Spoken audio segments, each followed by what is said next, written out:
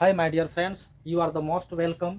My dear friends, आज मैं आप लोगों के लिए क्लास 10th के सबसे इम्पोर्टेंट टॉपिक जो कि एग्जाम में हर साल पूछे जाते हैं, और ये जो क्वेश्चन है आपका कि सिद्ध करेंगे रूट टू एक अपरिमेय संख्या है। भाई ये तो बहुत ही इंपॉर्टेंट क्वेश्चन है, इसको तो एग्जाम में एक बार पढ़ के ही आप लोग जाइएगा, क्योंकि ये क्वेश्चन हर साल रिपीट होता है।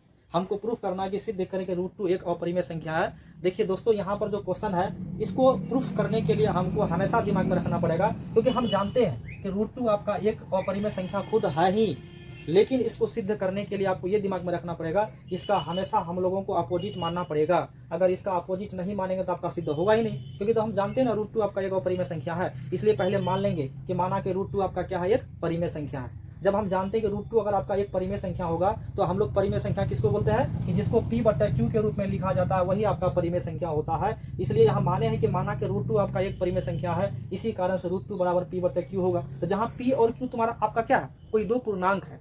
जहाँ p और q क्या है, कोई दो आपका पूर्णांक है, और q is not equal to zero, मतलब q का मान कभी भी जीरो के बराबर नहीं होना चाहिए, तभी ना वो परिमेय संख्या होगा। तो हम किसी भी परिमेय संख्या को p बटा q के रूप में लिख सकते हैं, जहां p और q कोई दो आपका पूर्णांक है, और q is not equal to zero, यानी हर का मान कभी भी जीरो के बराबर नहीं होना चाहिए। अगर हर का मान जीरो के बराबर हो जाता है तब तो आपका वो परिमेय संख्या हो जाएगा, तब तो आपका वो क्या हो जाएगा, परिमेय संख्या हो जाएगा। लेकिन तो हम यहाँ तो अपरिमेय संख्या हो जाएगा। तो यहाँ q का मान कभी भी आपका जीरो के बराबर नहीं होना चाहिए। तो अब हम क्या करते हैं कि p और q को हम एक ऐसे उभयनिष्ठ गुणनखंड से विभाजित करेंगे कि रूट टू बराबर a बटे b हम प्राप्त करेंगे। तो जहाँ a और b आपका क्या है, सह अभाज्य है। तो चलिए बताइए सह अभाज्य किसको बोलते हैं हम लोग, कि ऐसी दो संख्याएं जैसे मान लो 2 और 3 है, इनका जो गुणनखंड होगा, माने कौन ऐसी संख्या होगा जो दोनों को कटाएगा। तो इन दोनों संख्याओं में से केवल एक ऐसे उभयनिष्ठ गुणनखंड आपका केवल एक है जो दोनों को आपको कटा देगा। इसको मान लेते हैं p, इसको मान लेते हैं q।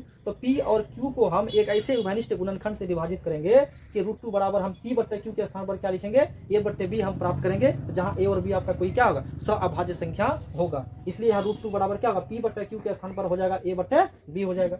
अब क्रॉस मल्टीप्लीकेशन गुना कर देंगे, तो रूट टू बट्टे यहाँ 1 हम लोग कर सकते हैं, तो root two Guna B, root to be बराबर a गुना 1, तो a हो जाएगा।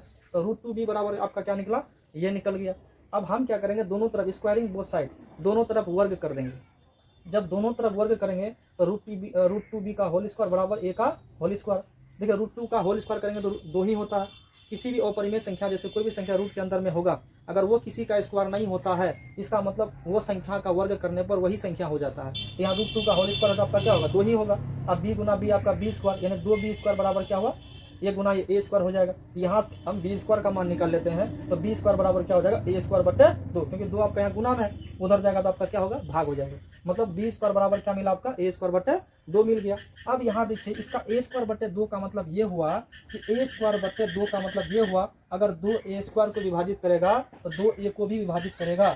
मतलब अगर मान लेते हैं यहाँ 2 है, यहाँ ए स्क्वायर अगर मान लेते हैं, यहाँ 2 का स्क्वायर कितना हो जाएगा, 4 हो जाएगा। तो 2 अगर 4 को विभाजित करता है, या मान लेते हैं यहाँ पर आपका 2 है, यहाँ पर आपका 2 है, 2 अगर 2 को विभाजित करेगा तो 2 जो है 2 के स्क्वायर को भी विभाजित करेगा। मतलब 2 का स्क्वायर 4 बट्टे यहाँ कितना हो गया, 2, 2 एक कम 2, 2 दुनी आपका कितना हो गया, 4 हो गया। इसका कहने का मतलब वही हुआ, अगर 2 ए स्क्वायर को विभाजित करेगा तो 2 ए को भी विभाजित करेगा। इसको मान लेंगे समीकरण 1।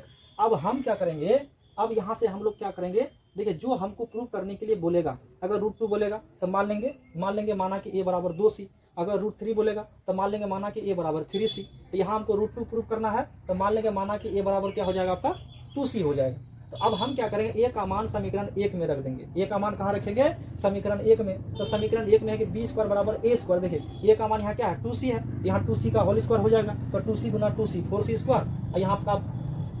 यहाँ पर आपका कितना 2 है, तो बटे यहाँ 2 लिखे यहाँ तो। अब इसको क्रॉस हम लोग गुना कर देते हैं, तो 2 गुना बी स्क्वायर, 2b स्क्वायर बराबर और 2c गुना 2c 4c स्क्वायर होगा कि नहीं होगा, आपका क्या हो जाएगा, 4c स्क्वायर हो जाएगा। अब देखिए यहाँ से हम 2 एक कम 2, 2 दूनी 4, ये आपका कट गया। तो बी स्क्वायर बराबर आपका क्या बचा, 2c स्क्वायर बचा। यहाँ से आपका क्या बचा, बी स्क्वायर बराबर क्या बच गया, आपका 2c स्क्वायर हो गया। यहाँ से c स्क्वायर का मान निकाल लीजिए, तो c स्क्वायर बराबर क्या होगा, बी स्क्वायर बट्टे ये 2 आपका गुना में इधर आएगा तो आपका भाग हो जाएगा। इसको मान लेंगे समीकरण 2।